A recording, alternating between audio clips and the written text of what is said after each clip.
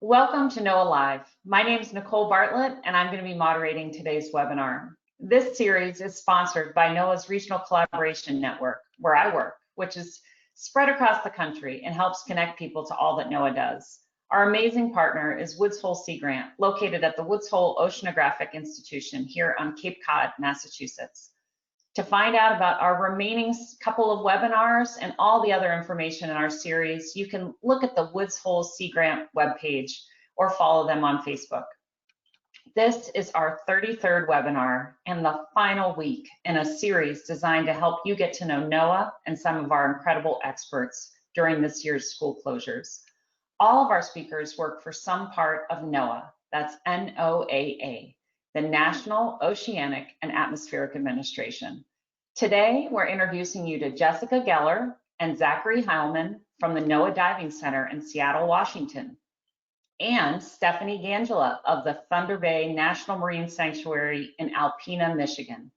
While we'll be talking about NOAA's role in training and equipping scientific divers, we want to recognize that we are all coming to you from the traditional lands of Native communities who have substantial traditional and local knowledge and much to share with us. We acknowledge that Jessica and Zach are coming to us from the land of the Duwamish peoples. Stephanie comes to us from the land of the Anishinaabe peoples, and we're hosting this webinar from the ancestral lands of the Mashpee Wampanoag tribe and the Wampanoag tribe of Gayhead, Aquinnah. A few guidelines before I hand you over to our speakers this morning. You're all muted because we have a lot of people on the line and want to make sure everyone can hear our speakers.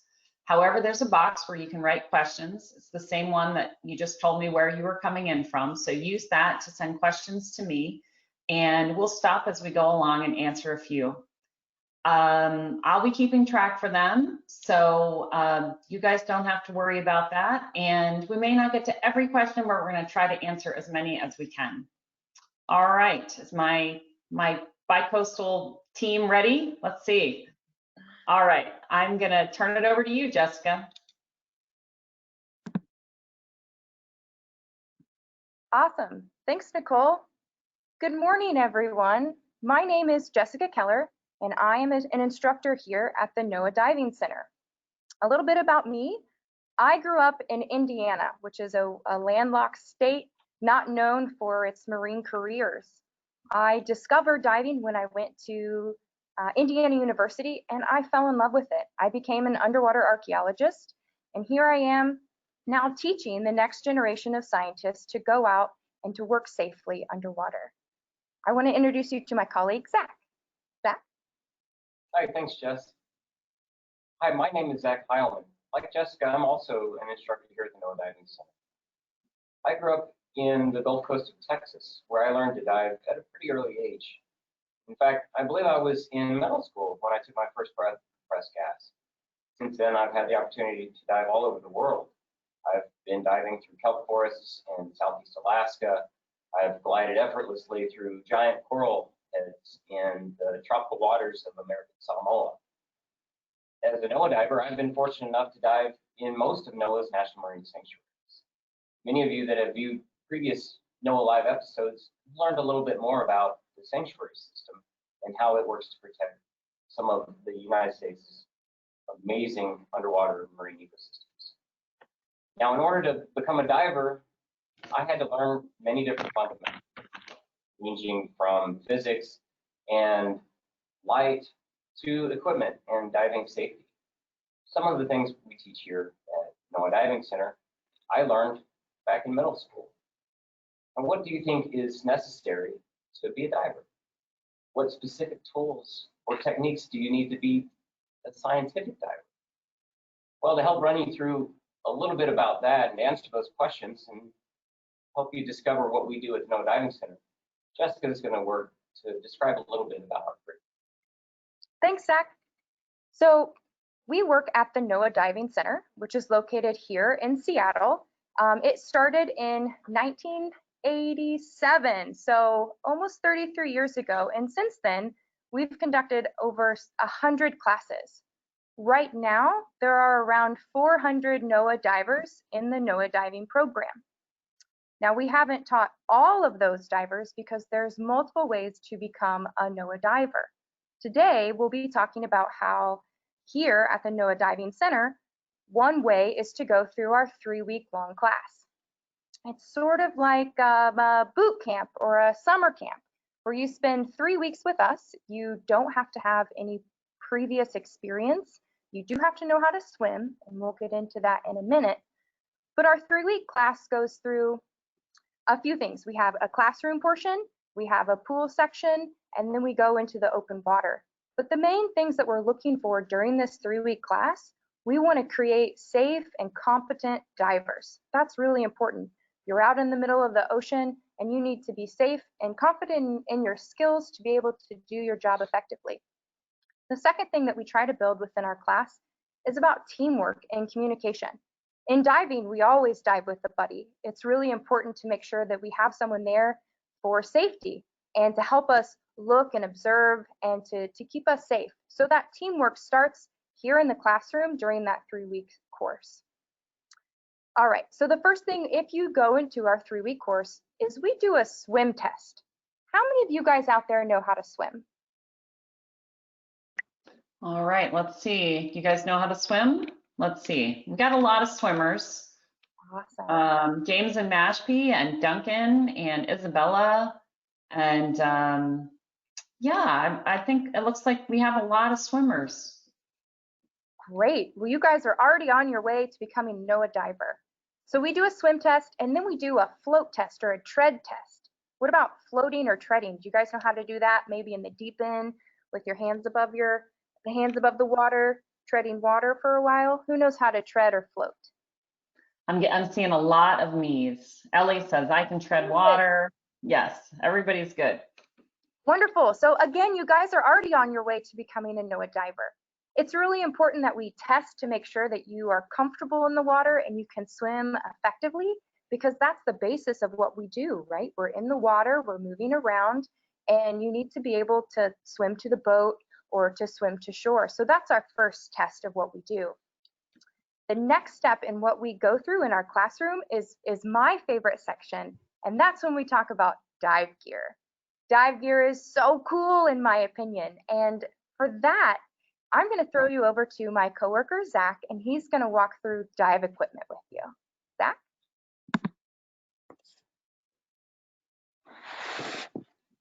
That's right. Hey, thanks, Jess. As you can imagine, being underwater where we don't really belong requires a lot of equipment. Diving is a tremendously equipment-intensive endeavor. As you can see here on your screen, we have two of the most prominent types of diving equipment that divers have used for many, many years. To my left, in this person here, is what we know as a Mark V diving dress. Now, this is a surface supply diver. This was used back in the old days when divers were supplied air from the surface through a hose. It's not very practical for doing science. As you can imagine, the diver is walking around on the bottom wearing a lot of heavy weight, gathering things, or doing heavy work. Well, as scientists, we don't want to walk around on the bottom. We want to observe the bottom and protect all of that brittle and precious coral reef ecosystem. For that, we developed and use scuba equipment. Does anyone out there know what scuba stands for? Let's see. Self-contained, underwater, that's where we are, breathing apparatus. Everyone who's been in the water knows that we can't breathe underwater. It requires equipment. And that's where our scuba unit comes in. All NOAA divers, when they report to training, are issued the same equipment. All of our NOAA divers throughout our system use the same equipment. They learn the same techniques. So what type of equipment do we use? What do we use as divers? Well, most of you probably already have the very first piece of equipment in your homes, and you've even used it in the swimming pool. And that is this thing. This is a mask. This is a snorkel. The mask is important because it creates an air pocket and allows us to see underwater. Without the mask, everything's blurry. You wouldn't be able to see very well. Anyone that's been diving in a pool knows that. The snorkel doesn't really help us underwater because it's just a tube. But what it does is it allows me to swim at the surface face down while breathing air and I can observe the water below me. The next piece of equipment that we provide to our divers is thermal protection. You can see this outfit that I'm wearing. This is known as a wetsuit. There are really two types of thermal protection that our divers receive, and that's a wetsuit and a dry suit. Now, the wetsuit comes in many different thicknesses based on the water temperature, and it's designed to trap a layer of water between the suit and my body. My body heat heats that up and allows me to be comfortable when underwater. Even in the warmest water, I need to have thermal protection on because my body temperature is 98 degrees. So without this wetsuit, I would get cold very quickly and wouldn't be able to work underwater. So that's very important. When we dive in very cold water, we have to either wear very thick wetsuits or wear a dry suit with clothing on underneath. Kind of like when you go out and play in the snow, you have to wear thick clothes and maybe a puffy jacket just to stay warm. Same thing underwater. The next piece of equipment, and probably one of the most important as divers, is what we call a regulator. This is an example of a regulator. Now, what does this thing do? Well, anyone know? It supplies me air underwater. Now, how does it do that? Well, we describe scuba as being self-contained. Now, what does that mean? Self-contained, well, you see this big yellow cylinder I'm wearing on my back? That has all of the air that I'm going to use during a dive to breathe. The bigger the scuba cylinder, the longer I can stay underwater. That scuba cylinder has high pressure air. In order for me to breathe that air, it has to be reduced to something of a lower pressure that I use to fill my lungs with. The deeper I go in the water, this automatically adjusts and supplies me just the right amount of air so that I can breathe. That's super duper important when I'm diving, because without it, I would just be breath holding and wouldn't be able to go as deep or stay as long. It's really important that we have a good regulator to supply us air. The next thing that we issue is known as a BCD. A lot of acronyms in diving. BCD stands for Buoyancy Compensator Device. Now, many of you probably know about buoyancy. You know about floating at the surface. Well, as divers underwater, we have to adjust our buoyancy the deeper we go in the water because pressure exists in the water. As we go deeper, that pressure pushes on our wetsuit and we go faster, we sink faster. So we have to add air to our BCD to remain neutrally buoyant. Jess is going to describe neutral buoyancy a little bit to you later on, but just know that this is a very important piece of equipment. In order to add air to this BC, you see all these hoses. These hoses are hooked up to that scuba cylinder. I have to push buttons to add air to my BC to maintain that neutral buoyancy. You probably wonder, well, what is this other thing here attached to my BCD? The next most important thing that we issue all of our divers, and all divers use, is known as an alternate air source. An alternate air source is just another regulator like this that allows us to breathe. That's important because if I have a failure with this primary regulator, I can switch to my alternate and still breathe. And that will give me enough air to finish the dive, get with my buddy, and come to the surface. So that's very, very important. Finally, now that we know that we're carrying all of our air, we're limited by time, we monitor the amount of air in our cylinder using these gauges. We monitor the depth that we're at using this depth sensor. And we monitor how and where we're going in the water using this compass. This is a gauge console. Once we have all of that figured out, we use the last piece of our equipment, which is the fin. The fin allows us to extend or create large feet. Imagine big clown feet. This fin grabs hold of the water and allows us to move effortlessly through the water, just like a fish. So that is, in a nutshell, the basic scuba equipment that all NOAA divers and all divers worldwide use. Now, to explain a little bit more about some of the other things that we learned during our 3-week training class, Jess is going to go through some of the really important diving theory. So you'll see what I mean. So, Zach, before you turn it back to Jessica, we have a couple questions about the equipment. Can I ask you those? Sure. So Joshua wants to know, how much does a scuba system cost? Joshua, that's a very good question. And just like sneakers or tennis shoes that you want to purchase to do sports like soccer cleats, there's a variety of different manufacturers from Puma to Nike. All of these different manufacturers have different types of equipment. And for us, right now, we use equipment made by a company called Scuba Pro for our regulators. Diving, the basic equipment can be fairly inexpensive, or you can spend a lot of money on more technical equipment. So to put it in some perspective, and I honestly, because NOAA supplies me my equipment, I haven't purchased it in a while, thank goodness.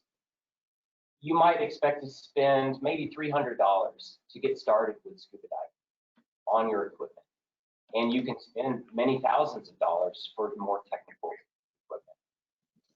Cool, that's great. And James and let's see, who else was it? Liz both asked, how heavy is all that equipment when you're wearing it? Well, at the surface, the scuba equipment can be pretty heavy. All of this equipment, for instance, for this big surface supply diver is about 160 pounds, believe it or not, plus the diver's weight. Now, the scuba unit I'm wearing is probably about 40 pounds or so when I have a full scuba cylinder. Most of that weight is the cylinder itself. But in addition to that, I have to wear a weight belt because my thermal garment, my wetsuit, creates buoyancy. So all told, depending on where I'm diving, I could be wearing up to 100 pounds worth of equipment before I even get in the water. Wow. So as Joshua said, he thinks you have to be strong and smart to be a diver. So that sounds right, to be able to carry all that weight. And Duncan wants to know if you've ever been in that suit to your left. Have you ever been in one of those old-fashioned style suits? You know, Duncan, that's a great question, and thankfully I have. I have had the opportunity to dive in this suit, and I will say, although it's really cool, it's super loud inside there, inside that helmet, and it's super heavy, as we described. My choice, if I had to choose which of these to wear while diving, hands down would be this, because I am unrestricted. I can swim wherever I want. Okay, well, we're getting some other questions that I want to hold because I know Jessica's going to cover a few more things, but we'll come back to you, Zach. Thank you. Good questions, guys. All right, awesome. Thanks, Zach. So now you know a little bit about our dive equipment, and I want to go into some of the things that we talk about in our classroom. So we're in a very short time frame here during this presentation because we usually have 3 weeks to talk about all of these things. So I'm only going to highlight just a few points about what we teach our divers today, but there's so much more. We're always constantly learning. So keep that in mind. And one of the first things that I want to start out with is talking about buoyancy. So Zach talked about it with the BCD, the buoyancy compensator device. And I have a question for you guys when it comes to objects that maybe sink or float. So I have a rock and a flower. Which one do you guys think is going to sink and which one do you think is going to float in my little cup of water?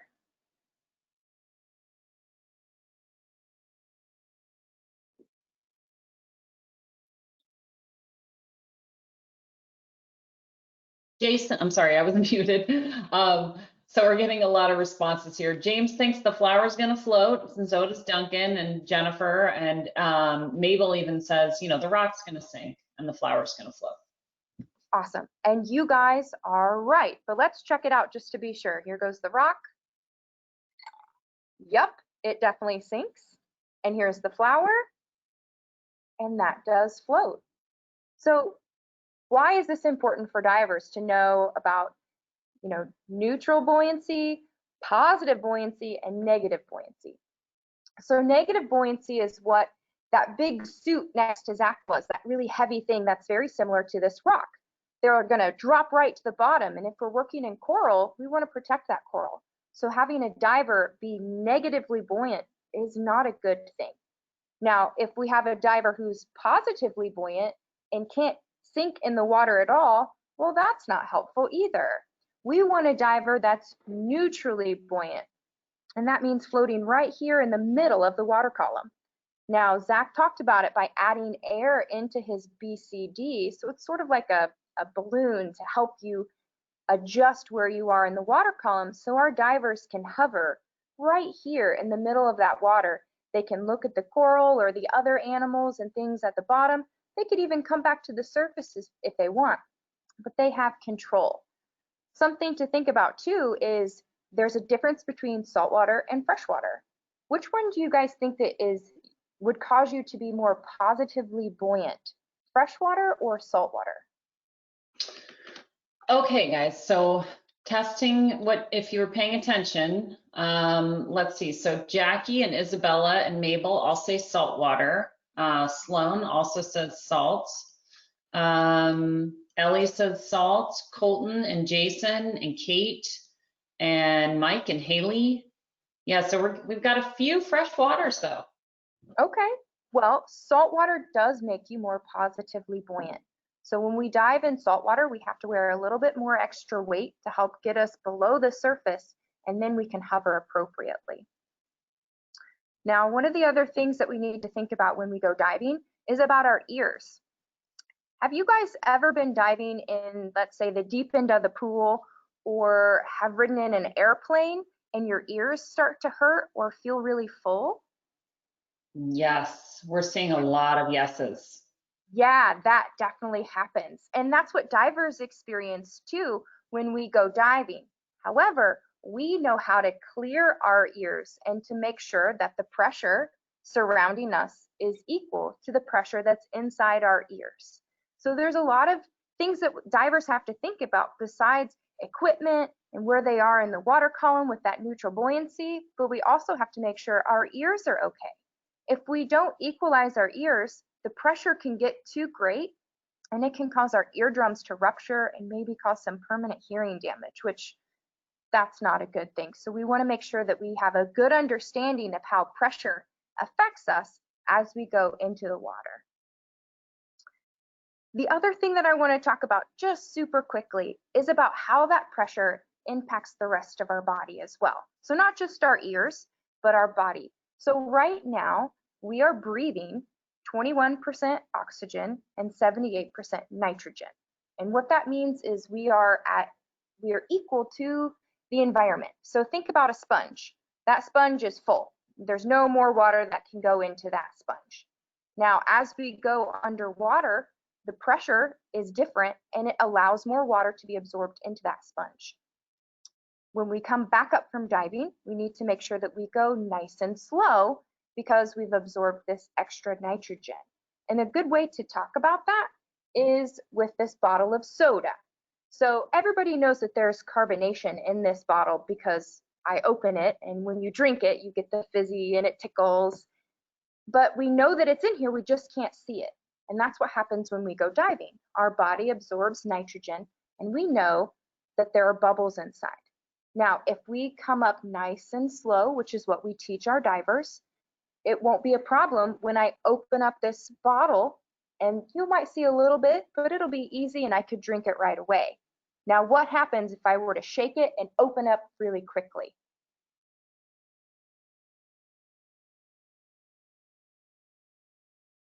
Has anybody ever done that? Okay, guys, what do you think? Oh, Addie says it's going to explode.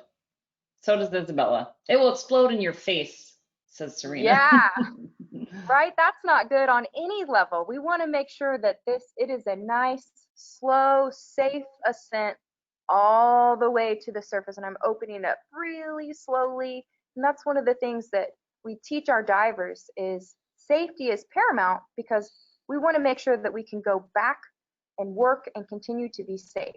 So I opened it up and you can see just a few bubbles, but that's it. So that's one of the other big things that we talk about in diving is what we call decompression or the bends. Do you guys have any questions about those little things that I highlighted that we talk about in our classes? Well, it's funny, someone asked if you were going to talk about the bends, and so that was a really great way to walk them through that. They were expecting that. Cool. Yeah, so I think you're good to continue. Awesome. So one of the last things that I want to touch on real quick is hand signals. So Zach mentioned that you have a regulator in your mouth and you have a mask on your face. And so it's really hard for us to talk to each other. And we have one way of talking to each other is using our hands. We also have another way, and that is actually using a normal pencil. So we have underwater slates, and I wrote on here, and I think it's correct when you guys see it. I wrote it backwards. And you can use just a normal pencil, and you use a slate. It's a piece of plastic or a piece of plastic paper. And we can write and take observations underwater while using just a regular pencil. I know these are totally old school, and I don't know if people use these anymore because those mechanical ones, but any pencil will work underwater as long as you don't lose the lead, which that happened to me before. So I always carry multiple pencils just so I can keep taking notes. But we have this as a way of talking to each other underwater. But as scientists, sometimes our hands are full of equipment. It might be a camera or a measuring device. So we need to talk in other ways. So if I have something in one hand, I still have this hand to communicate to my buddy. So I want to go over a few signs with you about how divers communicate underwater. So the biggest one is the OK symbol. That means that I'm asking my buddy if they're okay, and they're going to give me this back if they're okay. If they're not okay, they're going to give me this signal. Something's not quite right. Does that make sense for that guy? So we have a few more signals that are really important. Let's say we're at the surface and I give you this signal. What do you think this signal means? What do you guys think that means? Not okay. Oh, I see a few people say bad, not okay. But we have a few other people like Duncan and Isabella saying go down. Yes, that's exactly right. So we already have bad. This is bad, right? Something's not right. So this means let's dive. Let's go diving. So if this means let's descend and start diving, what would this mean? Okay, they're all like, Sloan says go up. Let's go up, says Texas. Yeah, that's exactly it. Let's go up. So divers keep hand signals pretty simple. Let's go down. Let's go up. I'm not okay. I am okay. And the last hand signal that I want to talk about is one of my favorite hand signals, and that's if we see a shark. We see a shark, we put our hand right here, and we get everybody's attention, and everybody gets really excited. Because I love seeing marine animals. And I want to ask you guys, what's your favorite marine animal?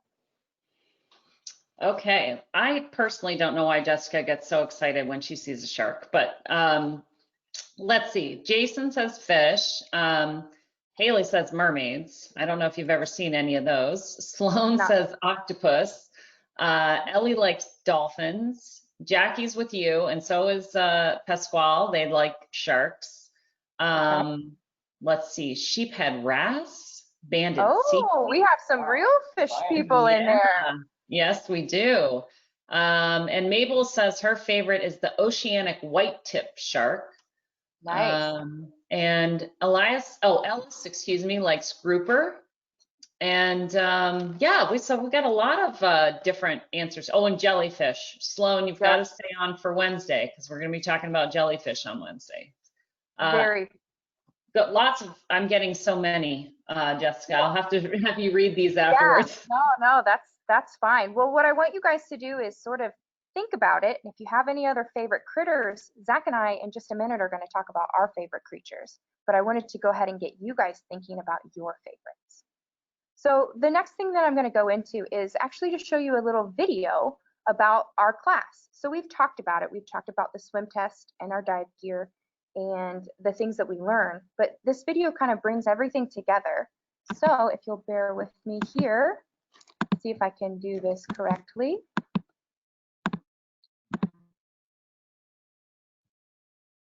And I'm going to show you this little video. And it's just a quick thing that walks you through our divers working in the pool. Then they're practicing all of their skills. I want you to look for the hand signals that we talked about, the OK and the up signal. Okay, you're gonna tuck your chins, crouch at the waist like you're sitting in a chair. Tuck and crouch, fall straight back. So here we have divers who are working in the pool, and one of the most important things that divers need to do is to make sure that they get into the water safely so they can get out of the water safely. We practice diving down, clearing the ears. That's what they do, and you see them kind of pinch their nose right there. They're clearing their ears as they go down and practice. They have to practice taking their mask on and off in case water gets in there, or sunscreen can get into your eyes. They practice swimming in all of their dive gear. They have good buddymanship. Here they are practicing putting their regulator back in their mouth in case it gets caught, or they get excited and they drop it, they can find it again. Buddymanship is really important. Here they are practicing an out of air drill. So making sure that you and your buddy are comfortable and you know what to do in case of emergencies is really important. Sometimes our divers also carry additional equipment like a secondary regulator and a little small cylinder on the side. It's a way to stay safe and have extra air as they work in the water. We also have safety equipment. You can see here it's like a big balloon that you can blow up underwater and send to the surface to let the boat know or to let outside know where you are. So all of that happens in the pool. And then we go and we put it underwater. We have to practice all of this underwater. They're staying neutrally buoyant. They're giving good hand signals. You just saw that okay that they gave each other. And now they're practicing using measurements in their work skills. All of that goes on in their head about swimming and neutral buoyancy and those pressures that we talked about. All that comes together. And like the scientists, they clean up everything at the end so they can leave and they can come back at the end of their dive and they don't leave no trace on the bottom that they were there, but they've collected a lot of really good data. So that's just a quick video of kind of what we do during our 3-week class. Do you guys have any questions? Jessica, we do have a couple questions. Griffin wants to know, how old do you have to be a scuba diver? So there's a difference between a recreational diver and a scientist. So recreational diving means you do it for fun, and they start certifications at age 10, I believe, 10 or 12. Now, if you want to be a working scientist for NOAA, you have to be at least 18 years old. So some of you guys have a little bit more time, but if you want to be a working scientist for NOAA. But if you want to start your recreational world, you could go ahead and get certified now.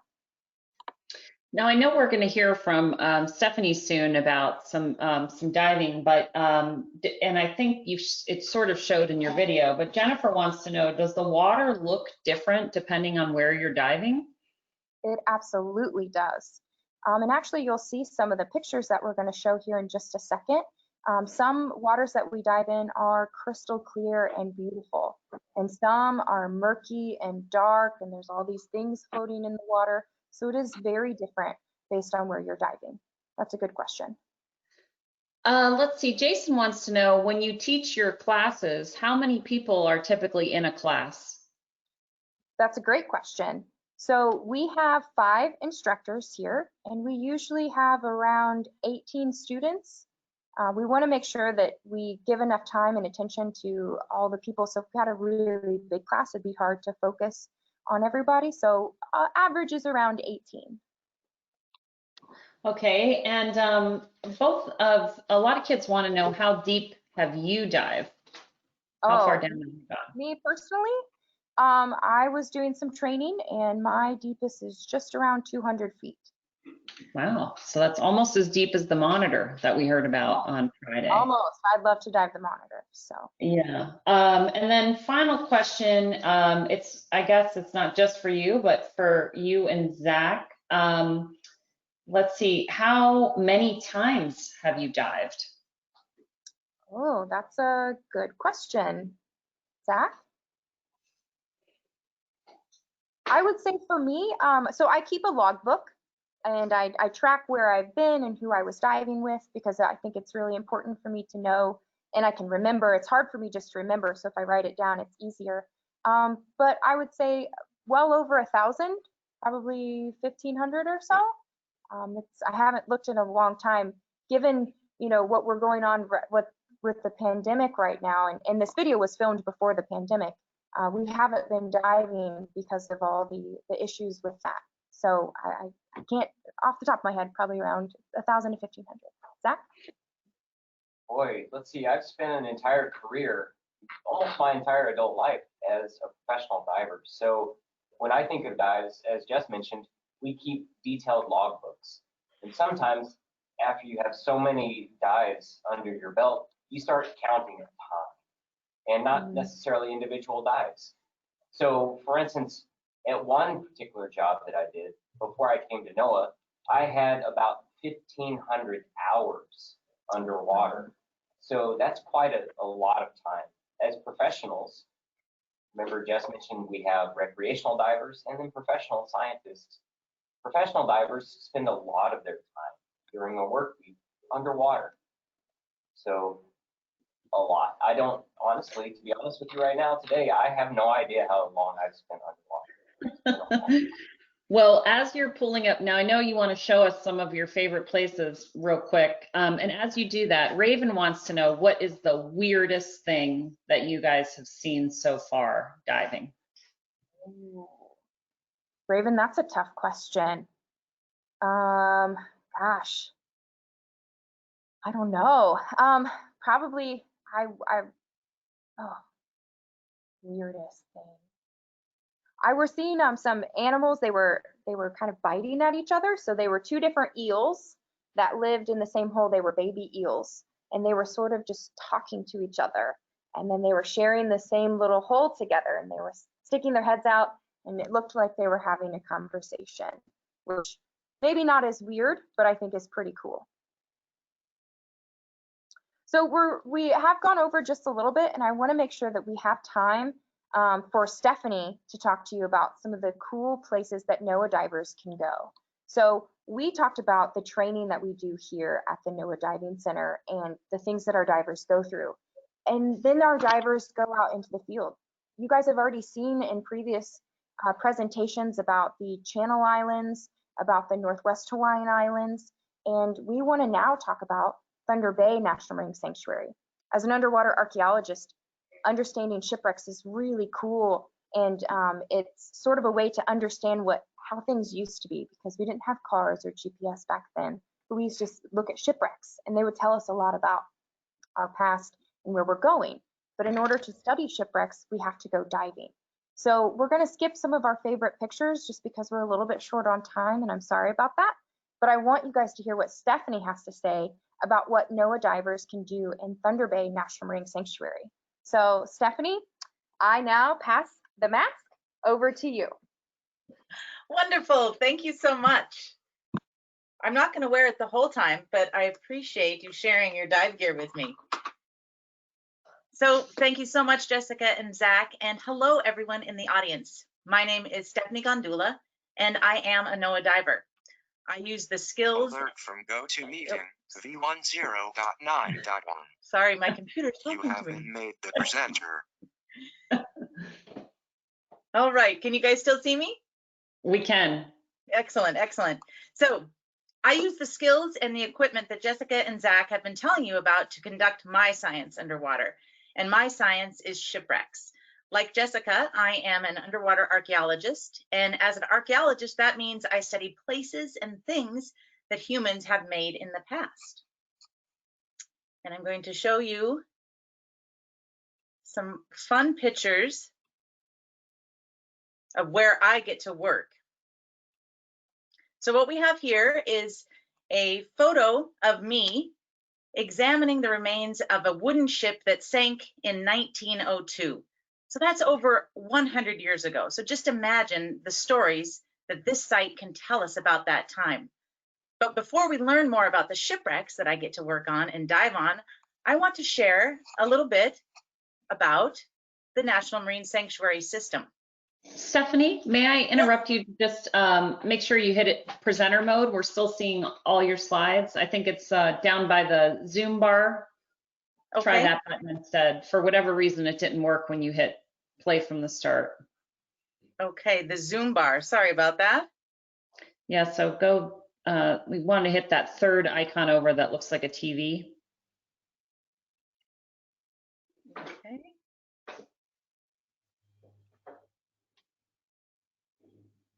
That didn't do it, did it?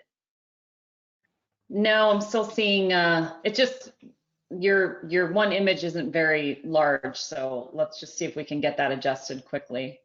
Okay. So next to the comments on the bottom in the orange bar, you just want to go 2 squares over from that, and there's one that kind of looks like a presentation screen. Okay. It's under the orange arrow. On the bottom bar there, if you can't get it, if you can't get it, that's fine. I don't want to waste too much time. But maybe try, yeah, even that helps a little bit. Okay, sorry about that, guys.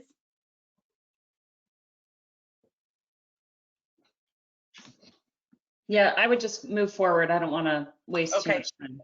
As you can see here, sorry about the small screen. National Marine Sanctuaries are a network of underwater parks that encompass more than 600,000 square miles of America's waters. There are 14 sanctuaries and 2 national marine monuments, and these stretch all the way from the South Pacific and south of the equator to Washington State, and from Massachusetts to the Florida Keys. And if you've tuned into NOAA Live before, you've visited some already. In fact, you can see the yellow circles here where you visited Cordell Bank National Marine Sanctuaries, Channel Islands, and then also Monitor National Marine Sanctuary. And where we're headed today is up in the heart of the Great Lakes in Thunder Bay National Marine Sanctuary, that red dot right there. So I am based in the only freshwater National Marine Sanctuary. Over 10,000 years ago, the Great Lakes were carved by glaciers and filled with water. From the top left there, we have Lake Superior, and then down to Lake Michigan, Lake Huron. Below Lake Huron, we've got Lake Erie, and then Lake Ontario to the far right. So these are very, very special. Can you advance your slide? We can't see the Great Lakes right now. We're still looking at the sanctuary map. Okay. So sorry about the difficulties. I advance. Very important to make sure we get the Great Lakes right. That's right. How about now? Right now, I'm not seeing your slides. I'm just seeing you. Okay, but there we go. Now I can see the Great Lakes. Okay, wonderful. Awesome. So these Great Lakes are a very, very special place, and I'd love to know from you in the audience out there, does anyone live near one of these Great Lakes? All right, does anybody out here in Michigan or Illinois, do we have any friends visiting? Oh, we have not, we have, is it Lisa from Detroit? So they're definitely on the Great Lakes, and Davis and Adelaide live near Lake Michigan. Excellent. So Lisa lives near the very lake that I live near, Lake Huron. So like I said, it's a very important resource for our planet. The Great Lakes cover 94,000 square miles and hold over 6 quadrillion gallons of water. So that's a 6 followed by 15 zeros, if you can believe it. If you were to take all that water and spread it across the entire continental US, the 48 states, the water would be almost 10 feet deep. And it also has over 10,000 miles of shoreline. Not only are they a vital resource for our planet, but they're also a natural highway. Over 30,000 commercial vessels have sailed the Great Lakes throughout the last couple hundred years. And we estimate that there are somewhere between 7,000 and 10,000 shipwrecks in all 5 of these Great Lakes. So Stephanie, just a reminder, because the slides aren't advancing, you're going to have to select each one when you go to talk about it. So we can't see the shipwreck map right now. Okay. I think you just maybe, can you select slide number 4? I was going to see if I could go back to showing just this is just me now, Yes. right?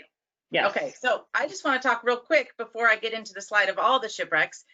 I said there's almost 10,000, and then here in the heart of the Great Lakes in Thunder Bay National Marine Sanctuary, we have over 200 within the 4,300 square miles that Thunder Bay is. And I want to ask, does anybody have any ideas why there's so many shipwrecks here? Huh, okay. Well, Ernie wants to tell you that he loves diving in Lake Huron, just so you know. Let's see, does anybody know? Well, Isabella says big storms, maybe. Jason agrees, and so does, actually that's a pretty common response. So a lot of people are saying weather and weather, storms, thunderstorms. Yeah, everybody thinks it's because of the weather. Is that right? That's an excellent, smart audience that we have out here. So for sure, they don't call Thunder Bay for nothing. It's known for terrible storms. Sometimes we'll have 90-mile-an-hour winds, 30-foot high waves, but it's also because it's a very high traffic area. I mentioned that over 30,000 vessels have sailed on the Great Lakes. It's like an interstate. Imagine the highways with the semi-trucks carrying all the goods that we buy at the stores. That's what these ships are doing historically and today. So high traffic, lots of collisions.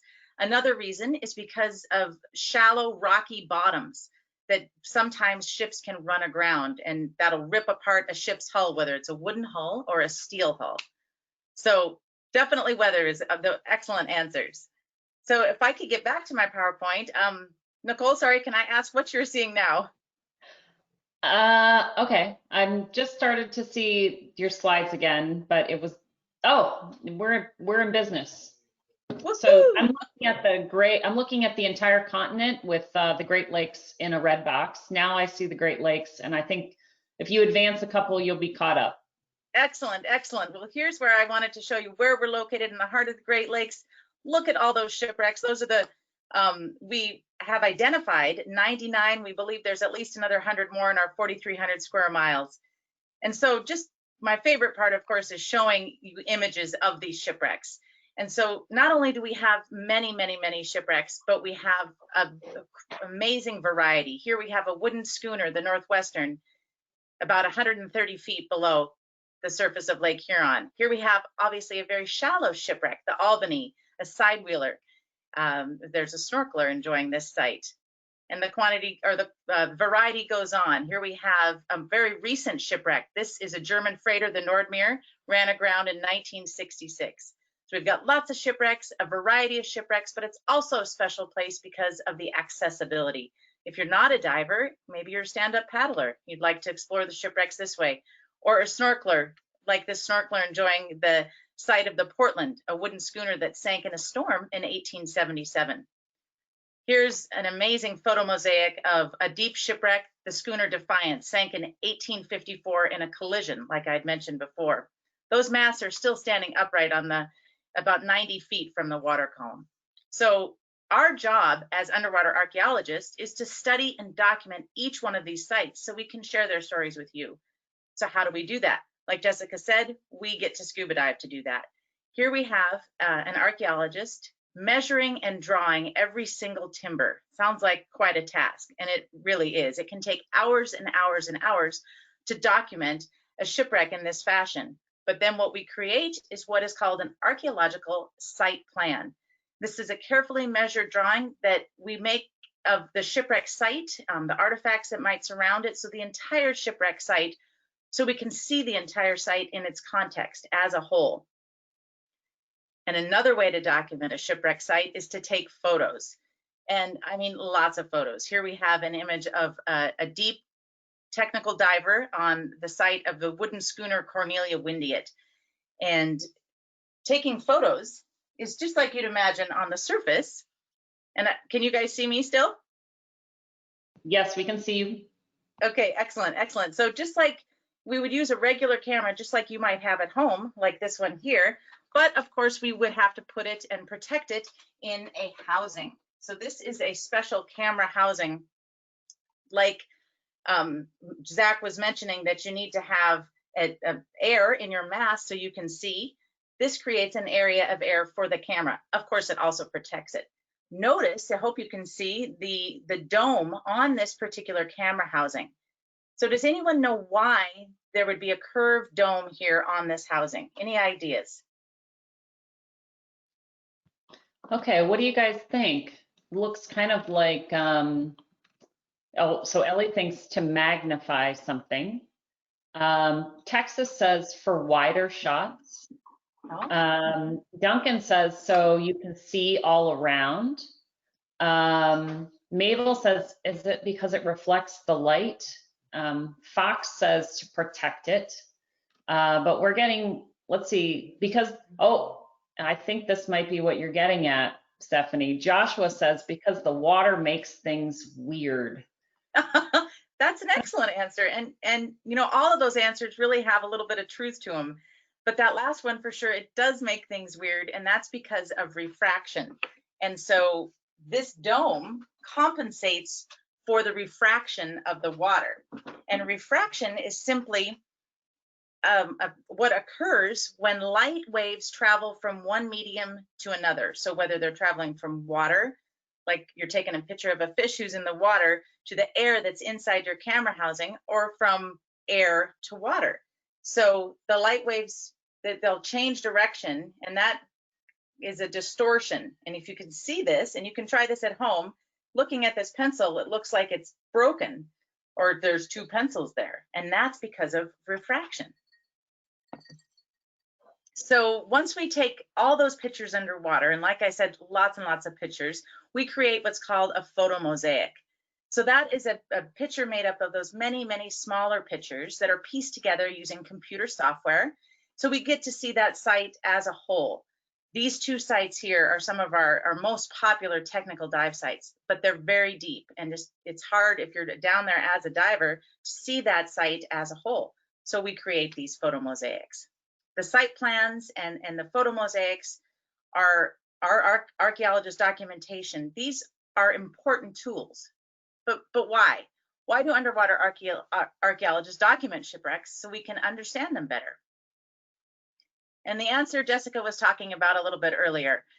They offer a time capsule of history, a snapshot of what life was like at the time of their sinking. Here we have some families enjoying time on a vessel, time on a beach, folks like you and me that aren't often mentioned in the history books. So it gives us an insight into their daily lives. And so our hope is that once you see and hear these shipwreck stories, you'll want to come and visit yourself and connect with history yourself. Just like this young man here who's snorkeling a shallow shipwreck in Lake Huron. So my work as an underwater archaeologist is just one example of the many jobs that NOAA divers can have. Are there any questions? Well, if you've watched one of these webinars, you'll know that we have some questions. Great presentation, Stephanie, and thanks for sticking with that. It was really nice to be able to see those images larger. One person wanted to know, how cold is the water in the Great Lakes? Oh, that's an excellent question, because it's pretty cold. It can be about, I've been diving out here when it's about 30, 33 degrees. 34, it can get as cold as really can get. We even do some ice diving out here. That is really cold, Stephanie. That's a lot colder than I thought you were going to say. Okay. Let's see. What is the difference? And if you were on the webinar on Friday, you might have heard this from Tane, but what is the difference between a technical diver and other divers?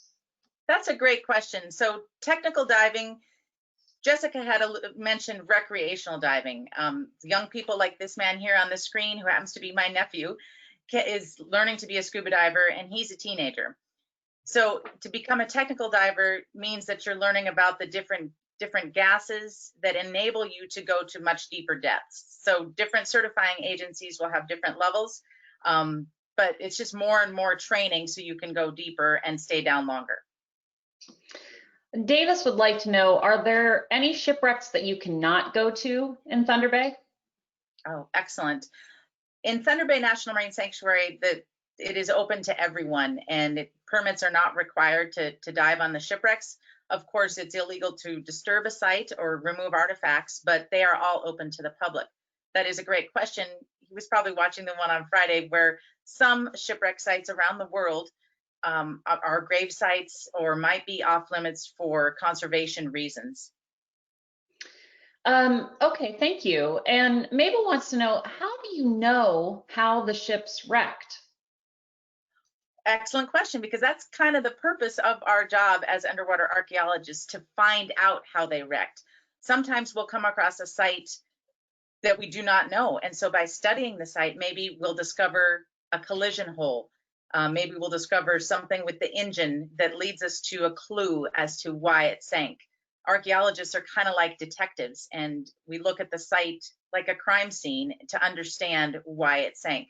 Other times, which is most often found in Thunder Bay, we do have really good historical records from lighthouse keepers, from life-saving station logs, that newspaper reports that will say how a ship wrecked, and then we go out and find it. So you're like detectives, like you said. So how did you get into your job, Stephanie?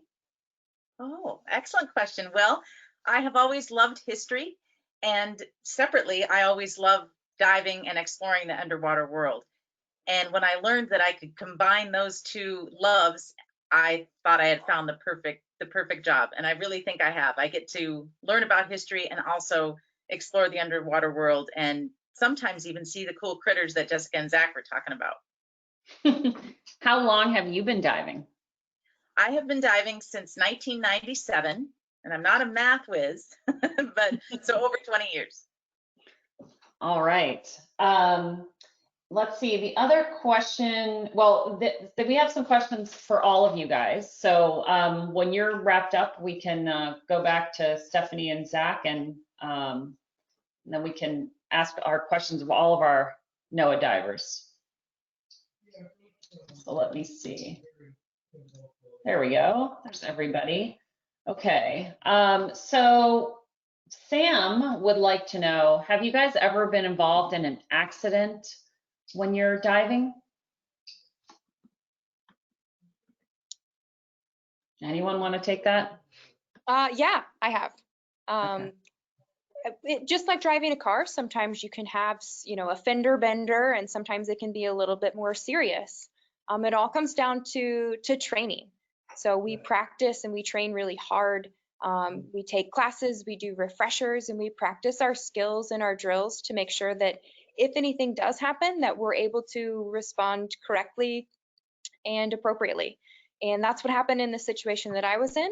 And everybody ended up being okay, which is really wonderful. But there are inherent risks to diving. So as long as you keep practicing and you stay aware when you're diving and you have your buddy close, it definitely can lower those risks that we might experience diving. Okay. So a few folks are keen on the difference between shipwrecks in saltwater and those in freshwater, because as one of the students here says, that she heard that the Titanic will eventually vanish from the ocean. And so does that mean that will the shipwrecks in Thunder Bay ever vanish? Well, with time, everything does indeed deteriorate. It's just that in freshwater, it takes much, much longer. We like to say that Lake Huron and the Great Lakes and freshwater is like a schooner deep freeze. So that image of the Defiant schooner with its mast standing upright, that's been like that since 1854. If that were in the ocean, the salt water would help corrode the items on the shipwreck and the hull, and also marine organisms like the Teredo worm, which is actually a clam, would eat the wood.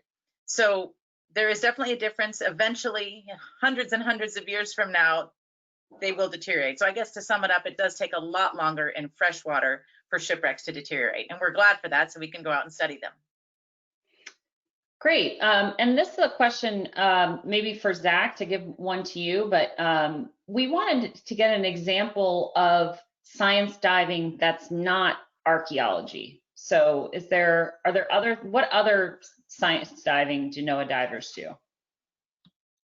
That's a great question. And we have a variety of different science projects going on all throughout the sanctuary system, for instance. You know, how many out there have heard of coral bleaching? Oh, well, we remember coral bleaching from Dana's webinar, don't we, kids? That's right. So you guys have learned a little bit about the science behind the coral bleaching, for instance. Well, scientists have to track the rate at which coral is bleaching or document these various bleaching events and try to understand, like Stephanie said, we act as detectives to try to determine the underlying conditions to see, is this a natural phenomenon or is this man-made? And what can we do to correct this?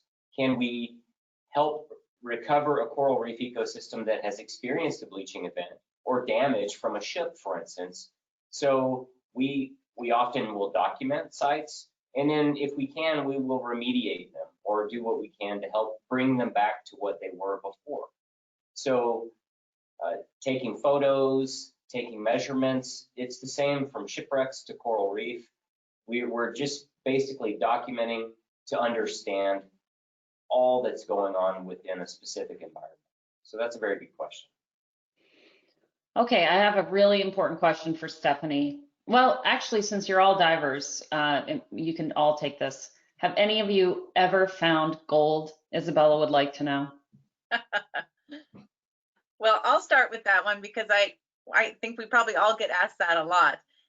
And no, I've never found gold personally. And when people ask that, I say that the true treasure, of course, is the history that's contained within the shipwrecks. Jessica? Well, I agree. The true treasure is the history. I have been fortunate enough to work on some historic ships where we found some silver. But the silver it's now on display in a number of museums, so people can go see what that looks like. And that's what I think is really important, is this shared history of knowing, what, spoons used to look like, or forks, or that sort of thing. So we were able to find some of those items that can help us connect to the past. So that is also treasure, is understanding where we come from and now where we are. Zach, any gold for you? No, I haven't found any gold yet. Like Jessica, I have been on a shipwreck where there's been silver, and ironically enough, that was in the Thunder Bay National Marine Sanctuary. There is a shipwreck called the Buoyancy, which has an ingot or a large square bar of silver still on display. And that's really the only instance I've found precious metal, but really for me, it's the life that you see underwater. It's the true treasure. It's the way the color enhances what is going on underwater. And I find that most enjoyable. Yeah. Well, I have one final question, because I think that we still have a good number of people on. We are a little past 12, but since we're still getting questions, I'm just going to ask you guys a few more if you have, you're willing to say. Zach, you have probably the longest underwater diving career, I think, of this panel. So maybe I'll start with you. Have you ever been scared when you were underwater?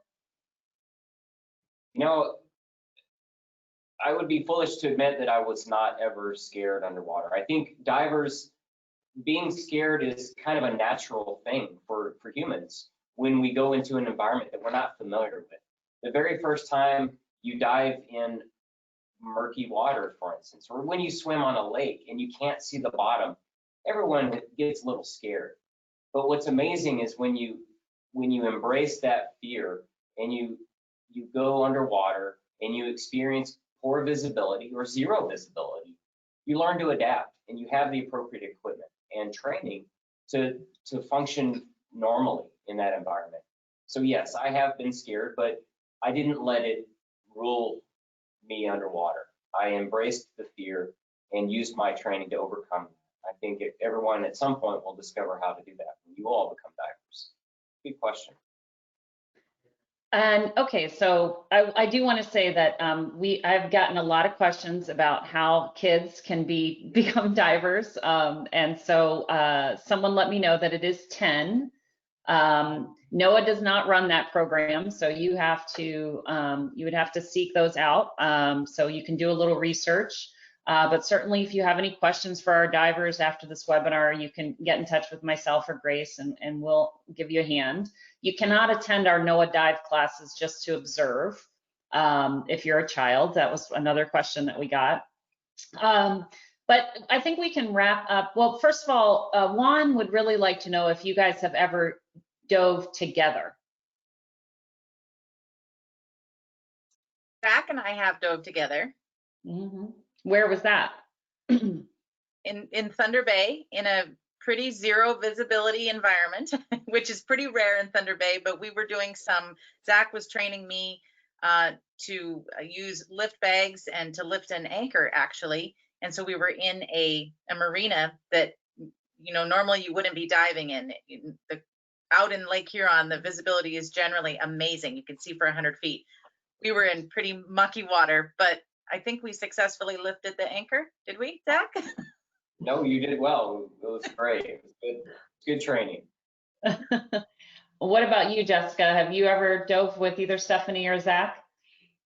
I dive with Zach often. We work together in the same office, so we're always in the water training divers together.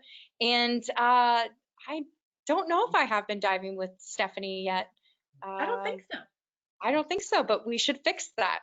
Yes, come to Thunder Bay. All right. Well, I guess for each of you now, I think my final question is, we'd love to know, what is your favorite part of your job? So maybe we'll start with Stephanie, because you're in my top left. Okay. I get that question a lot, and it's an easy one to answer. I love my job because it's different all the time. I get to work with students a lot, which is wonderful, and I get to go out diving a lot, which is wonderful, and then I also get to do historical research, and so it's different all the time, which is really enjoyable. Cool. Okay, what about you, Zach? You can go next. Well, like Stephanie said, there's so much that we have the opportunity to do, particularly at the NOAA Diving Center, because we conduct training of our NOAA divers. We also go to the field all throughout the system and dive with our divers. So I've been all throughout the NOAA Sanctuary system, and I've seen and spent time underwater with almost all of our divers. And I think that's the most rewarding, is to see the training, to see divers develop their skills, and then to go out into the field, into the actual aquatic environment, and really see how well that they perform and learn about what they do as scientists in the field. Cool. All right, Jessica, what about you? So my answer is similar to both Zach and Stephanie's. I'm very fortunate in my job. I get to see some amazing things that not everybody else gets to see. So I love sharing my experiences underwater, what I've seen, what I've learned with the world, whether it's via webinars or in presentations or visiting schools. I think it's really important to share and to let folks know that this is an option as a career if they're interested. But also just to let people know that we have so much more to explore underwater. We know more about the moon than we do about some of our oceans. And so it's just exciting that we are still underwater explorers, and to bring that to the public and to kids, I think is the best part about my job. Well, that is great. That is such a high note to end on. Thank you guys so much for sharing your passion with us today. I think we have a lot of new ideas about diving, and I've heard a lot of people say they want to be marine biologists. And so I'm sorry that we missed your favorite photos, but maybe we can put those on the website for the kids so that they can go and check that out after the webinar. I wanted to just remind everybody that this is our last week of this school year for the NOAA Live series, and you do not want to miss Wednesday, where we talk to Mike Ford about jellyfish. This was one of the things that we had a request that we had gotten from a number of our participants. So we're happy to do that this week. And then on Friday is our All-Star show, where we bring back 8 of your favorites. NOAA presenters from throughout the series, and we're going to just be chatting with them for an hour. So thank you guys so much for being a part of this. Thank you, Stephanie, for coming to us from Michigan. We're so happy to get someone from the Great Lakes in our series. And thank you, Jessica and Zach, for doing what you did to get this set up in Seattle. We really appreciate it. Thank you. Thank you, Nicole. Thank you. All right. See you guys later. All Bye, right. everybody. Bye.